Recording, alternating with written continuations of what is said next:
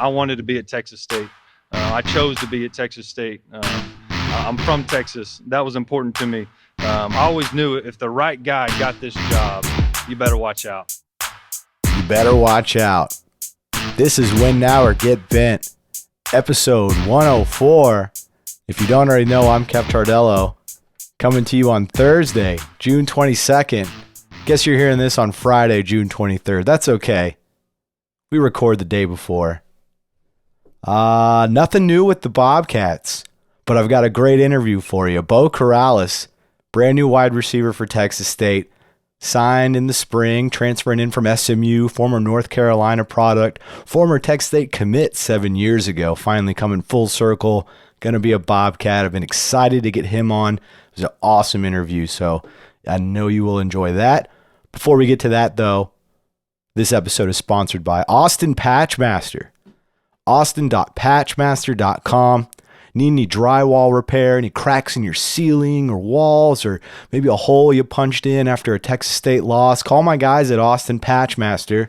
They'll get you set up right. General drywall repair. You can call them at 512-200-3888. That's 512-200-3888. My guy Michael Clements over there, he's a Texas State sicko, a Texas State grad. Really appreciate him sponsoring some of these episodes over the summer. But hit them up for any of your needs, 512-200-3888. And that's austin.patchmaster.com. And I'm going to do another quick shout out, a sponsor shout out. They're not fully on yet, but it's coming up. My guys over at the Galindo Collective. It is a business consulting firm.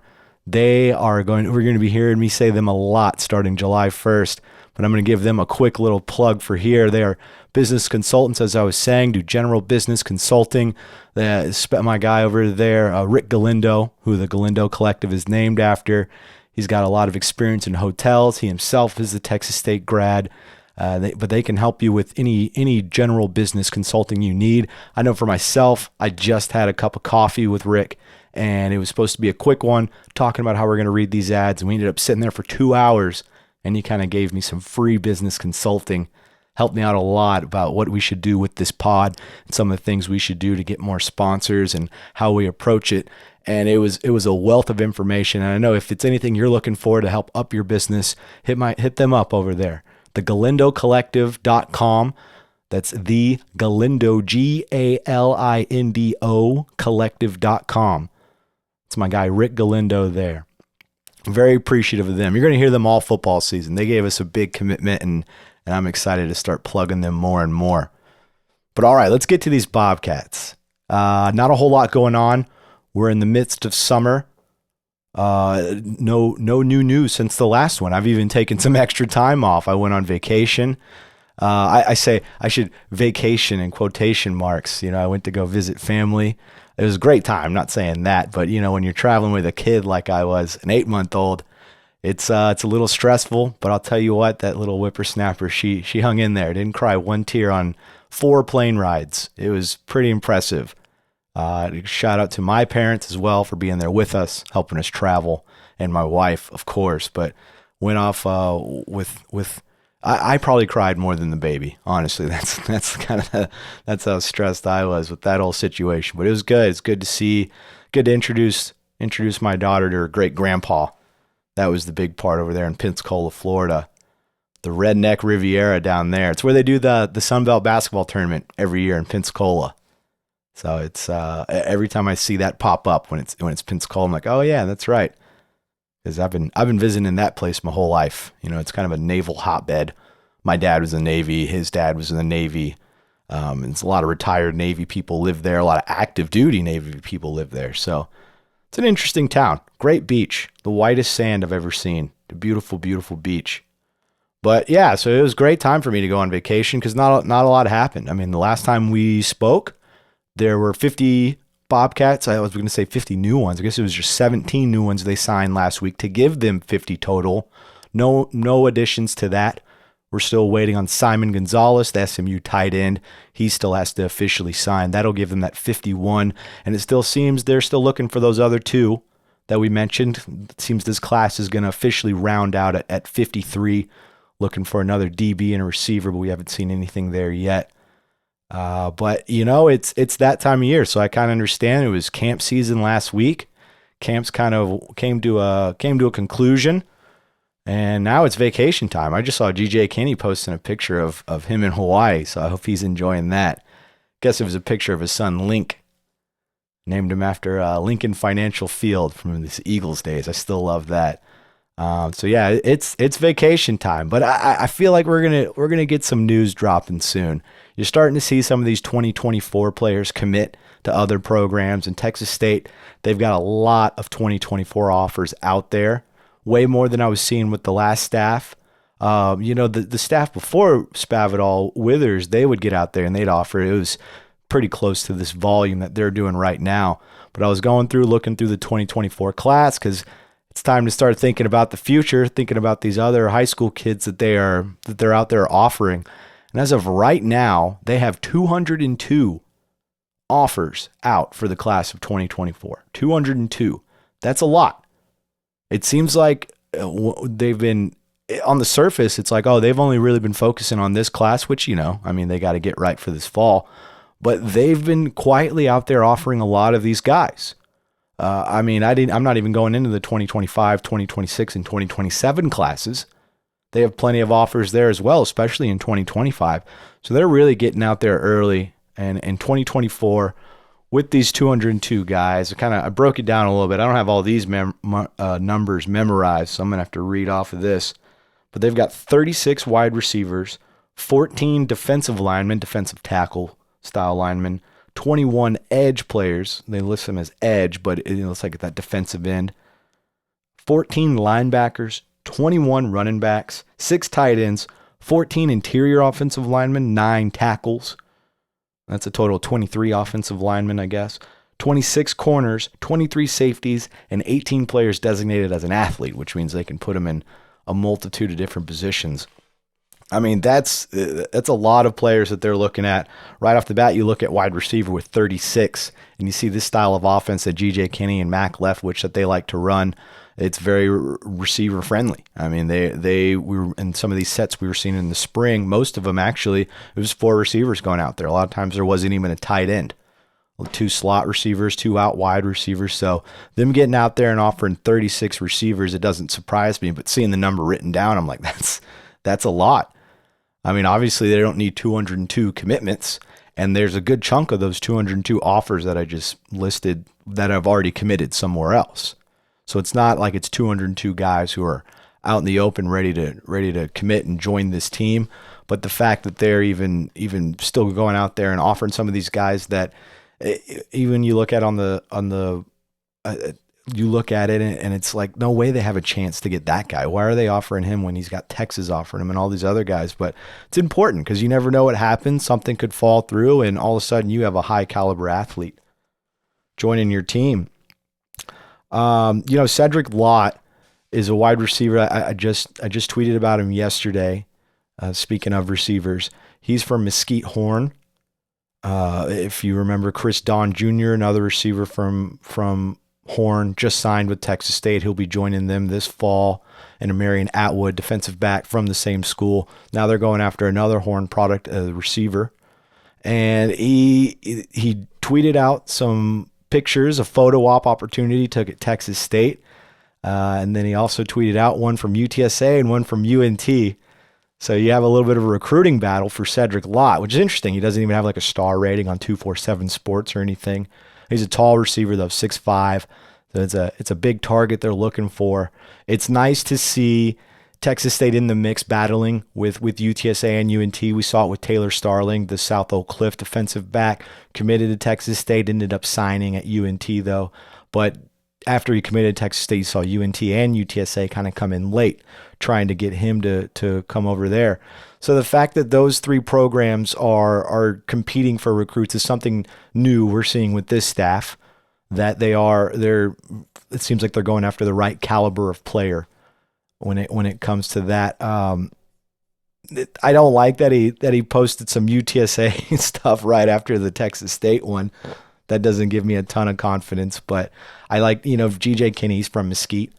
So I feel like, and he said after with Chris Don and Marion Atwood, that if there's a player from Mesquite, he's going to go after him, and he's proven that. We'll see if he can kind of use that relatability of coming from the same area to get him to come in. I won't go through all 202 of the offers. It's a lot. It's a lot of guys, but let's look at the quarterbacks. Let's dive into some of this. There's 7 of them that they've offered for 2024. 3 of them have already committed. It's Marcos Davila. He's from Midland Legacy. He's off to Purdue. Deuce Adams. I actually interviewed him for the Win Now or Get Bent Twitter, at Win Now or Get Bent on Twitter. We did an interview with Deuce and his brother. They're from right down the street, but now Deuce is committed to Louisville, committed right after we talked to him. And Arrington Maiden from College Station, he's committed to Memphis. So those 3 are committed, leaves them 4. Of the 4, there's 2 that I really like and 2 I just don't know a ton about. I just need to do more research on. But I'll talk about Ty McCutcheon because I do like him. He was offered, when was that? It was a few months ago. I think it was right before spring. But he's from Honolulu, Hawaii, of all places. And, you got to remember that G.J. Kinney does have the Hawaii connection, being over there at that program. And like I just said, he's on vacation there. Who knows? Maybe he's out there recruiting. I'm over here saying he's on vacation. It could be a recruiting trip for that guy. With how hard he works and how hard they're on the recruiting trail, wouldn't surprise me if he's out there, hanging out on the beach and kicking some tires on prospects. But Ty McCutcheon, he's got some pretty big offers, though. Let me see. Did I write those down? Oh, I sure did. Arizona, Utah State, Washington State, and Utah Tech. Not a ton of offers, but some pretty big ones, especially when you look at Arizona, Washington State. And Washington State even got in there before Texas State. Texas State was his 3rd overall offer. He's a taller quarterback, 6'3", pro-style quarterback, just competed in the Elite 11. I'm pretty big on him. He's got an 86 rating on 247. I'm looking at it right now. 3 stars. That's of the 4, he's the one that raises my eyebrows the most as somebody. I'm like, if they could get him in, that's bodes pretty well for the future. I also like Brad Jackson. He's coming out of Reagan in San Antonio. He doesn't have a ton of offers. He's got some good offers, though. I know some Ivy League offers. Yeah, here it is. Columbia, Georgetown, Harvard, Penn. A bit of a drop-off academically after that with Louisiana, Sam Houston State, Lamar. Oh, and Navy as well. I won't disparage the service academies. They have pretty good academics, but I'm confident in saying there's a drop-off with Lamar and Sam Houston, Louisiana, compared to those Ivy League schools. Texas State would be right in there with those guys, so I'm not disparaging anything over there. Those aren't no P5 offers. If he's somebody who does look at those Ivy League offers and thinks maybe it's something I could take advantage of and get a really good education while also playing football. But I've come to recognize a lot of these guys, that's not their mindset. They want to go play for a Division I, a big football program, because they want to continue their football career. And also these Ivy Leagues, they don't give scholarships. So they're still paying for school there. So even though it's an offer, it's not the same as when we say Texas State offered him a scholarship. Harvard's not offering him a scholarship. But it tells me he's got to have the grades to get those offers. I know there's another linebacker, Bowman, I think is his name. I can't think of his first name right now. I didn't write it down. He's a linebacker that Texas State just offered, and he had a plethora of Ivy League offers as well. So it's always interesting to see what guys decide when it comes to that situation. Because I know for me, I never had the grades for Harvard or any of those Ivy Leagues, but I can imagine my parents would be like, well, you could go here. The other 2 quarterbacks, I don't know a ton about them, but we'll still talk about them. Kellen Tasby, he's from Prestonwood Christian in Plano, Texas, and Wandame Davis Jr. from Ennis, Texas. I'm doing it on the fly, looking at some of Kellen Tasby's offers. He's got Arizona, Connecticut, Louisiana Monroe, Memphis, Sam Houston State, Tulane, Fordham, UTSA, Grambling State, and Holy Cross. Pretty good list of offers for Kellen there. And then what about our other guy, Wandame Davis Jr.? Wandam Davis Jr. I apologize, Wandam, if I'm saying your name wrong. You got Juan in your name, though. W-O-N. I like that. That's a victorious first 3 letters on your first name. So shout out to you there. He doesn't have a lot of offers. Louisiana Tech, Sam Houston State, and Texas State are the ones on his list. So even with how crowded this quarterback room is, they're still going after a lot of quarterbacks. There's 2025 prospects and even 2026 prospects. I don't think they've offered a 2027 quarterback yet. Just a few 2027 offers, and a lot of them are athletes and DBs. But they still have a good chunk of those quarterbacks still being offered. Although I think the world of PJ Hatter. Just saw Sean Rutherford on the podcast QB Spotlight. Shout out to them, Stephen Hammer, who hosts that podcast. It's a great one. Subscribe to them on YouTube, and also us, Win Now or Get Bent YouTube channel. Don't forget to subscribe if you haven't. But QB Spotlight, he just interviewed Sean Rutherford, and he was talking about the QB room, talking about how great it was, and he was raving about PJ Hatter. And that's what I like to hear. I look at PJ's film and I get excited. I know my producer Zach Webb's real excited for PJ Hatter. That's his guy. Already calling him the Mad Hatter and all of that, thinking of fun shirt ideas maybe. But it's nice to hear that. So go check that one out from Sean Rutherford on QB Spotlight. But yeah, they're not content. Still trying to add a bunch more guys. Yeah, and honestly, that's pretty much it. I don't have a ton for you. I could sit here and keep talking, but I feel like I'm just gonna be wasting your time, not getting you to Beau Corrales, because I really enjoyed that interview. We got in depth about a lot of his injuries that he went through. I mean, he had to have multiple surgeries on one hernia injury. He separated a shoulder last year. Not to mention he's dealt with being type 1 diabetic his whole life. He even does camps talking to younger athletes about that and dealing with it, and what it's like, and trying to destigmatize type 1 diabetes. It's great. We go in real deep. And it's not just the deep stuff. Talk some good football stuff as well.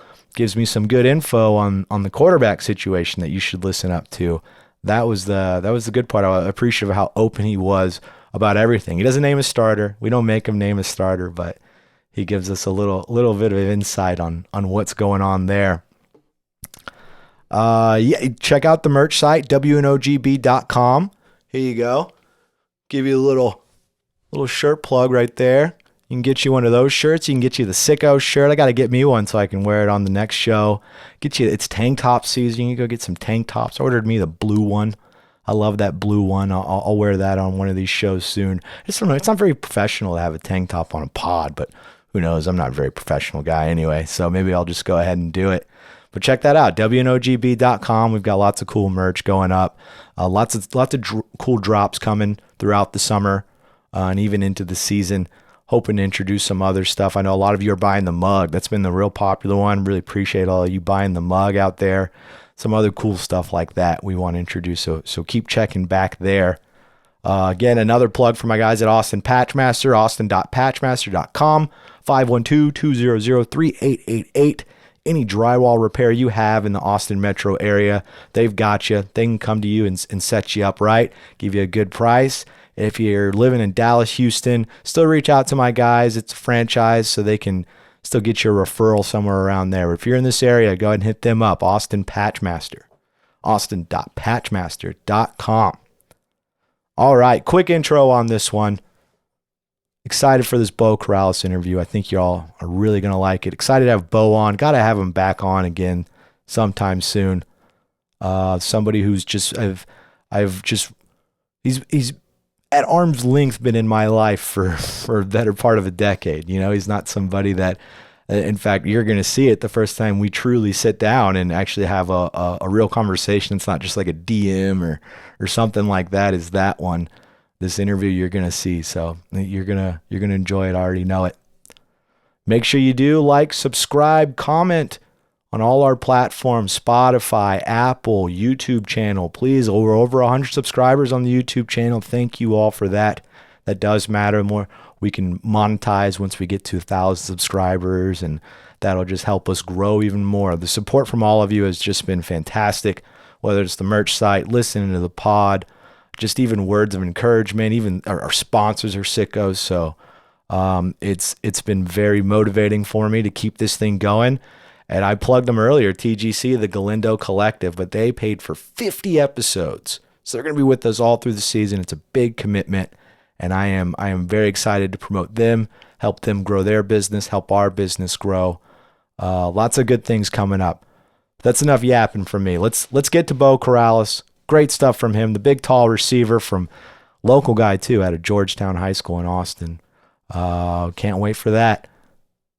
Win now or get bent. Well, it's been a long time coming, but I am joined by wide receiver Beau Corrales. He's in San Marcos. Looks like he's working out, working hard for the fall. Beau, how's it going, man? It's good, man. Like you said, living here in San Marcos, I'm loving it. I mean, this is the closest I've been to home since I left high school, so it's nice being close to home. And like you said, just being able to put in some work out here, get around the team and get around the guys, and get to building those relationships and stuff like that. So I'm enjoying it, man. I'm having a good time out here so far. You know, it wasn't your first time committing to the Bobcats. You committed 7 years ago to Texas State. Absolutely. Try to think back way back then. What made you want to be a Bobcat coming out of Georgetown High School? No, absolutely. I mean, kind of what I was just hinting to right there is, I mean, it was close to home, an opportunity to play D1 ball in a competitive conference right now, and I mean, a lot of the same reasons that I was able to come back here and make it full circle. So I think a lot of those reasons still kind of resided in and having the opportunity through the transfer portal, but with that opening up for me after leaving from SMU and going through the injuries and stuff that I have been the last few years. I mean, it's just a blessing that the opportunity came back. And whenever I had the opportunity to talk with Coach Kenny and meet with Coach Leftwich and all those offensive guys and stuff, I mean, it felt like it was the right kind of vibe for me. And so here we are, bringing it back after 7 years. It's definitely full circle, and I'm grateful for it, man. Full circle for me as well. You know, we were talking a little bit before we pushed record, and you were telling me that, you know, we've known each other on Twitter Right. for all these years Right. and kind of followed each other all this way. And here we go, where we finally get the moment where I get to interview you for my pod here at Texas State. You know, it's a bit of a different coaching staff than back then. That was kind of a defensive-minded staff with Everett Withers. These guys, GJ Kinney, you know all about it, that high-powered offense from Incarnate Word. Now they're bringing it to San Marcos. How tantalizing was that when you entered the transfer portal and you were going through your options and you saw that? Was that a big factor to you? Oh, yeah, absolutely. I mean, whenever I got back into the portal, there was really kind of three things on my mind as far as where I wanted to end up at.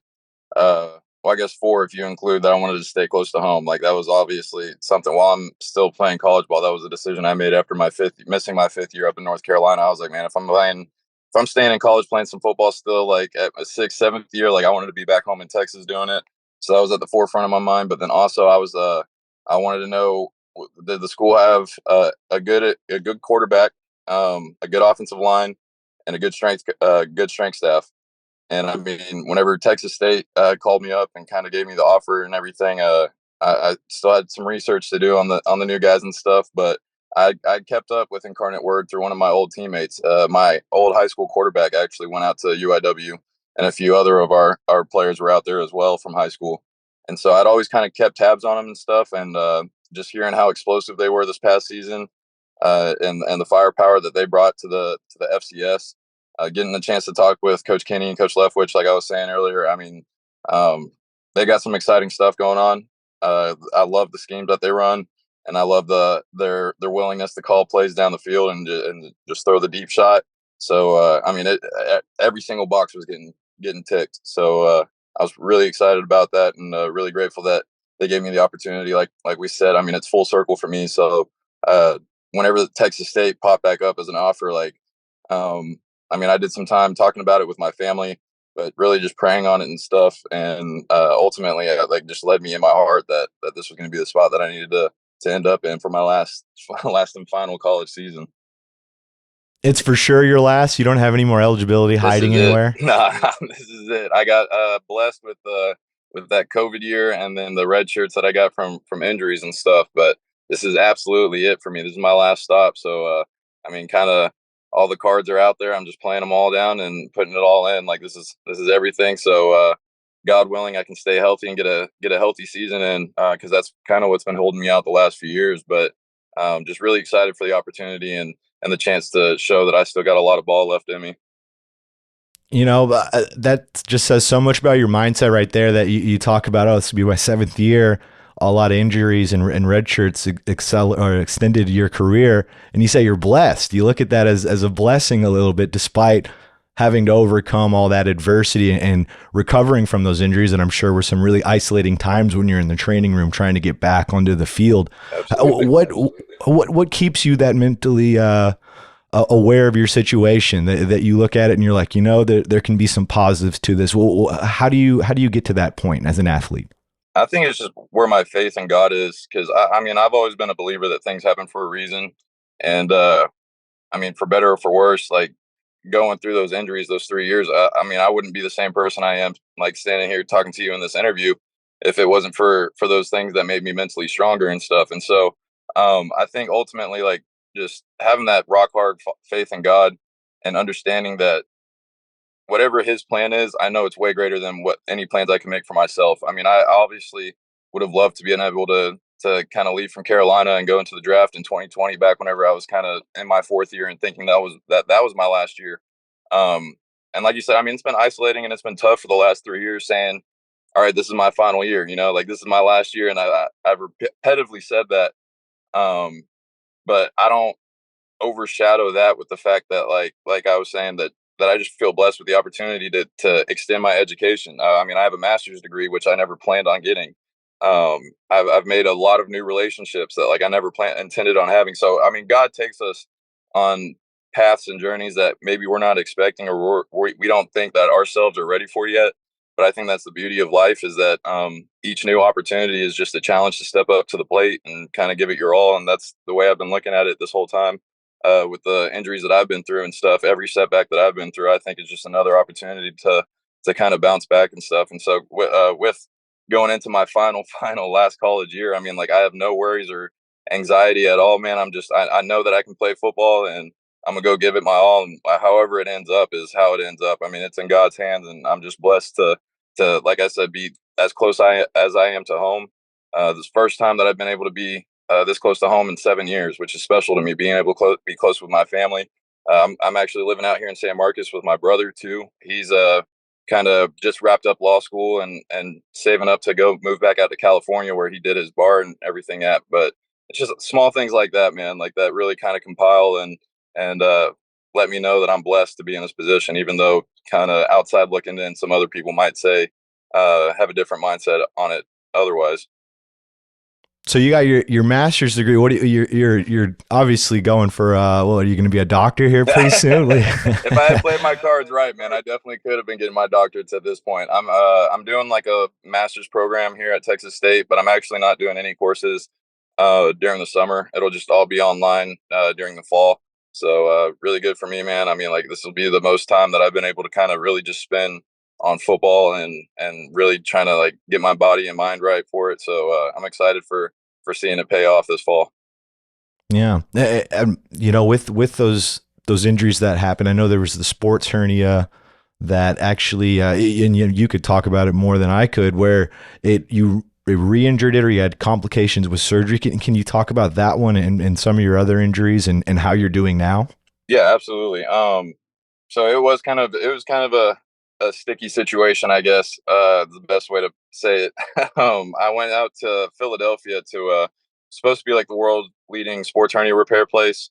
They work with a lot of athletes, a lot of guys yearly, and only focus on sports hernia repairs.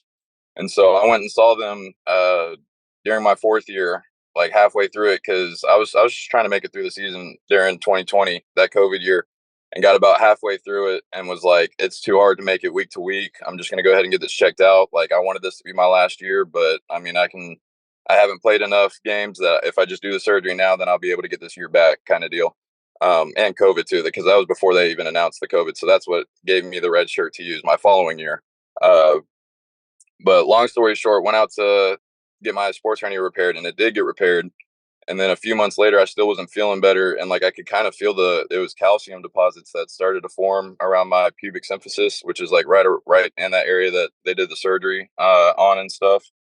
And so, I mean, I don't point fingers at anybody. There's kind of some finger pointing going back and forth between training staff and the doctors out in Philadelphia, but nonetheless, I had to go back for a second surgery to kind of clean up the calcium deposits where they tried shaving down the calcium deposits, which kind of helped. It gave some relief, but I mean, didn't fully fix the problem. So then 6 months later, right before fall camp started, it was still bothering me really bad and I wasn't comfortable. And so I just wanted to get the surgery then instead of doing what I did the previous year, which was trying to play with it. So we went back for a third surgery, which they just carved out everything and cut out all the calcium deposits that they could find and stuff, which there was quite a few left in there. And so that took me about all of 2021 to really kind of come back from. I was trying really hard to rush back and get back towards the end of the season for 21, and it was tough on my body. I had a few setbacks just trying to come back like right after surgery and stuff. So it took me a little bit longer than I wanted. Missed pretty much that whole year, and that was whenever I decided like, hey, if I'm doing a fifth year or I mean a 6 year of college football, like I wanted to go back home to Texas. So that's what brought me to SMU in Dallas, and was doing really good during the spring and fall camp there and stuff. Was feeling really good. Like my sports hernia stuff was behind me, and then during fall camp this past season, just went up for like a regular jump ball in the back of the end zone, and I had a teammate kind of pull me down, just trying to make a competitive play on the ball, but landed right on my shoulder and had a grade 5 AC separation, so separated my shoulder pretty badly. And then again was just like, hey man, this is my last year. I'm just gonna try to give it a go, and made it a few. Like I missed the first few games because I was rehabbing, and then my first game back, I played on like 10 snaps, like really limited snaps, and still did decent. I had a couple catches and stuff. It felt all right. Felt like I was playing with about one and a half arms. Couldn't really do much with my left arm. And then the following game we played down at UCF, and I took a hit. I started that game and took a catch on the first series, and took a hit right to my shoulder. And I was like, okay, like I'm not gonna be able to manage going like game to game like this on like if I'm trying to play as much as what I feel like I want to. I'm not going to be able to make it. So I went ahead and got the surgery in the middle of last season, which has brought me all the way down to where I'm at now. And I mean, fully healthy now. I feel great. I feel strong. I actually took time away from the college football grind of off season. So like this past spring, I didn't work out with SMU's off season. I just took my classes to finish up my master's and had a strength trainer that I was working out there with, who was actually that's who Levi Bell was doing his pro day training with. So I got to work alongside Levi for a little bit and talk to him, and he was kind of the one that was kind of edging me, like kind of nudging me to look into the Texas State offers a bunch and stuff. And so even though he wasn't with this coaching staff, he just had nothing but amazing things to speak about, like the guys that were already here and stuff. And so Levi had a little bit of pull on that as well, but worked with his strength coach, and who worked me out all the way up until I came down here for the summer. And I've been feeling great through the summer workout so far. So I felt like had a really good job getting prepared for this off season. Man, shout out to Levi Bell. He's a friend of the pod over here too. I was just talking to him at his pro day here at Texas State about the new coaching staff, because obviously his brother's still here, Ben Bell, and he had nothing but great things to say, and that was on the pod here as well. So that's great that he's even still recruiting. He didn't use that last year of eligibility he had left, but we won't hold it against him because he's doing some work with Michigan Panthers right now. Absolutely, yeah. But it's awesome to hear about your health, that you're feeling great. I think taking that semester off, like you were just saying, that's probably really good for your mental well-being and your physical well-being. I think that's probably important after the grind and everything. You mentioned earlier when you were looking at colleges, a good strength and conditioning program was pretty on top of your list. And here with Brett Huth, heard nothing but great things about him. See his posts on Twitter, and sometimes it seems like they're in a foreign language. I don't work out as much as you guys, so. But I keep seeing your name in a lot of these top 10s on some of these lists that he'll post out there. I don't know what it means, but I'm like, top 10's good. Putting them on there. So what's you've been it seems like you're towards the top of these athletes already, just getting here. How's the summer workout program been going?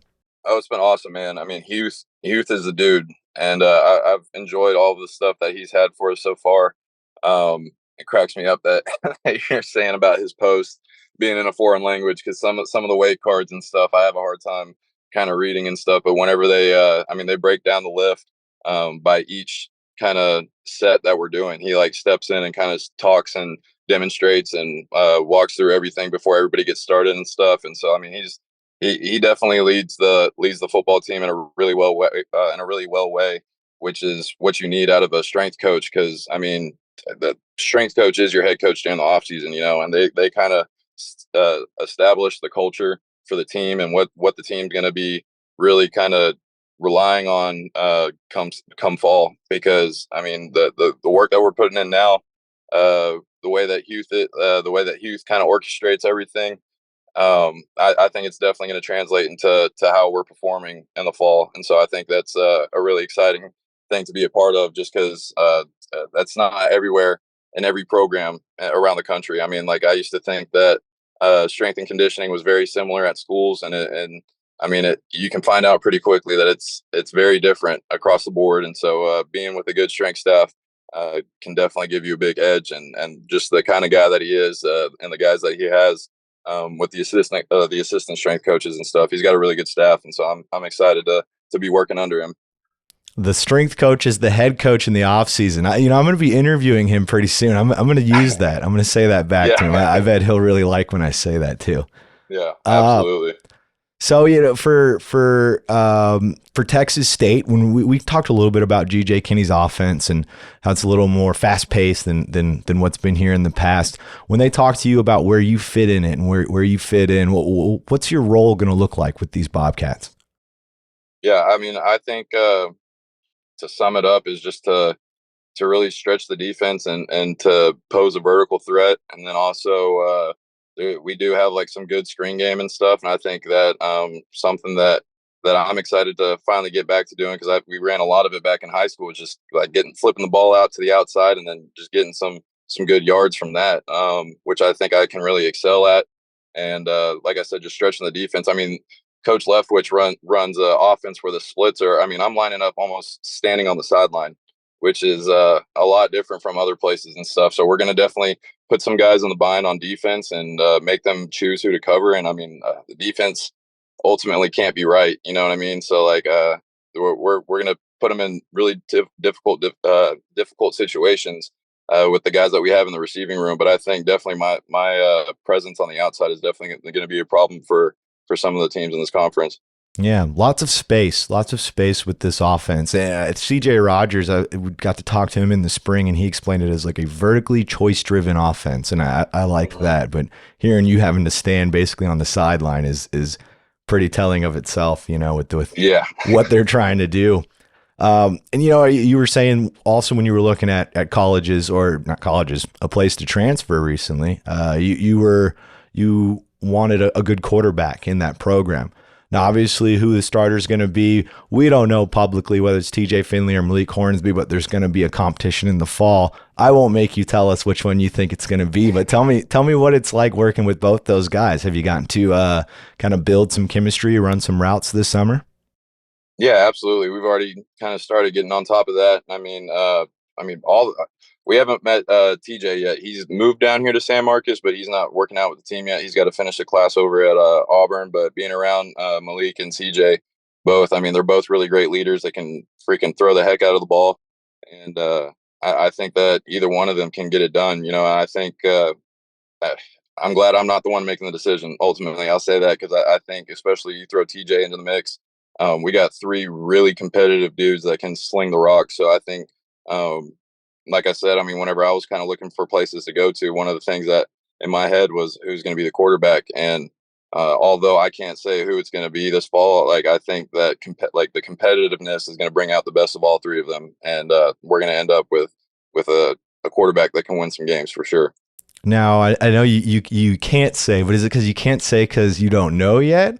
Or is it known and you can't share? Pretty much. I mean, no, yeah, I don't know, man. Like every time we go out there, they're rotating on who the starting quarterback is and stuff. So I mean, like ultimately, I mean, it's going to be up to those guys whenever it comes fall camp time, because I think everywhere I mean, my position isn't even like guaranteed. You know what I mean? Like it's competitive everywhere in every single position group, and I think that's a thing that Coach Kinney has done a really good. Oh, did I lose him? Oh no. There we go. Awesome. All right, Yeah, Beau. sorry about that, man. Hey, But no worries. It happens. but yeah, man, I think Coach Kenny's just done an incredible job recruiting and getting some good talent out here. And I think that in every single position room, it's going to be competition. Which, like I just said, I think competition really just breeds excellence at the end of the day. So you can't go wrong with having too many dudes in a room. And so I think just the way that he's recruited and the way that he's been able to get talent down here to San Marcos has been pretty remarkable. And I think that we're going to be looking really solid come fall. Yeah, and I mentioned just two of them, but there is three. I mean, we saw CJ cooking pretty well this spring as well. So it's a true competition. It's good to hear that it's going to be no one's position is set, not even your own. So it really Right. is. I mean, with 50 new guys, which is incredible that how many guys they're bringing in. It's a lot of new faces, I imagine. But is there almost some camaraderie to that with all these other transfers? Like, hey, I'm new, you're new. We're all kind of acclimating to this new place. Is it bringing y'all a little closer? Yeah, absolutely. I think that some of my closest friends so far on the team have transferred in, but also I've been getting pretty close with guys that have been here with the old staff too. And I think that I mean it's really special that those guys are as accepting as they are. I know that they've been through a lot. I mean, going through a coaching change is not always the smoothest process, especially whenever your coach kind of brings in so many new faces. It can be tough and can kind of put tension between guys, but I haven't seen any of that over here yet. I think everybody's just really welcoming and buying into what Coach Kenny's trying to put out there for us, which is like we can be as good as we want to be. Like the guys are here for it, and as long as we buy into what the philosophy is going to be for our team, then there's no one out there that can beat us except for us. Hmm. And being close to home, as you were saying, that was pretty important to you. Even just getting back to Texas in general when you went to SMU. Now you're even closer, and you can kind of do more things, get more familiar with your area. And one of those things you did a camp, a diet for diabetes. You yourself have diabetes, Yep. and tell me about that camp, why that's important to you, and what went on there.